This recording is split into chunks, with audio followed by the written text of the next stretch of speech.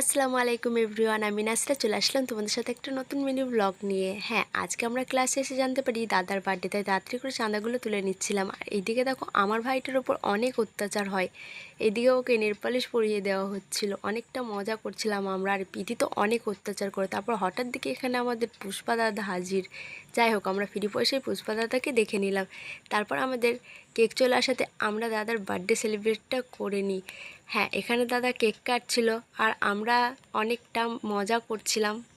তারপর দাদার কেক কাটা হয়ে গেলে আমিও এখানে দাদাকে একটু খাইয়ে দিই। হ্যাঁ, দাদা বলছিল হ্যাঁ সবাই ওকে এত কেক খাওয়াচ্ছে যে সব ওর মুখেই ছিল। তারপর আমরা নিজেরাও একটু করে কেকটা খেয়ে নিই। আর এই যে আমার ভাইটা আর এই বোনটা দুটোই হচ্ছে তার কাটা, দেখো কিভাবে কেকগুলোকে খাচ্ছে। যাই হোক, এদের মতো তার কাটা তো আমিও আছি, তার জন্য না। তারপর আমার এই দিদিরও কেক খাওয়া প্রায় কমপ্লিট হয়ে গেছে। তারপর আমি দাদাকে এসে জিজ্ঞেস করলাম কেমন লাগছে। দাদা তো বললো অনেকটা ভালো লাগছে। আর যাই হোক, দাদা আমাদের অনেকটা শান্তশিষ্ট, কিন্তু অনেকটাই কিউট। সত্যি কথা বলতে দাদা চুপচাপ থাকে ঠিক আছে, বাট অনেকটা ভালো, বেশি মানে বলতে পারছি না আমি। তারপর এখানে সব কিছু হয়ে গেলে দেখি দাদা আমাদের জন্য অনেক টিফিনও এনেছে, তাই তাড়াতাড়ি করে আমি আর শুভদীপ ভাই ওগুলো নিয়ে আসছিলাম ভিতরের দিকে।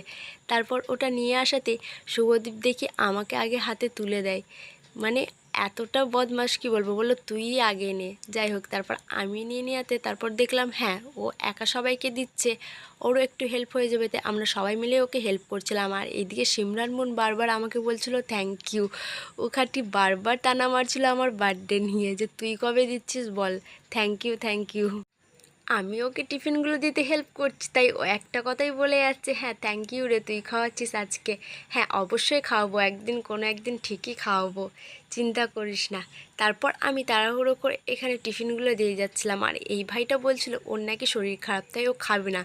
আমি তো আর কিছু বলতে পারি না, যে বার্থডের বয় তাকে আমি ডেকে দিলাম, দাদা তুমিই দেখো এখানে, ও খাবে না বলছে। যাই হোক, ওর কোনো কারণে শরীরটা খারাপ ছিল।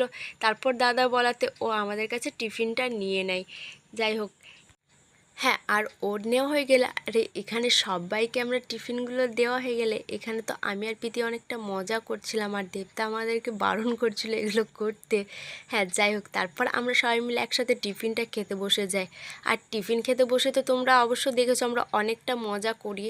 আর এরা না মজা করলে তো হবে না, এমনভাবে রিয়াকশন দিচ্ছে আমি জানি না, দিদি নম্বর ওয়ানে এসছে হয়তো। আজকের মিনি ব্লগটা এতটাই, চলো টাটা, দেখা হচ্ছে নেক্সট ব্লগে। লাইক কমেন্ট শেয়ার অবশ্যই করে দিও, টাটা, দেখা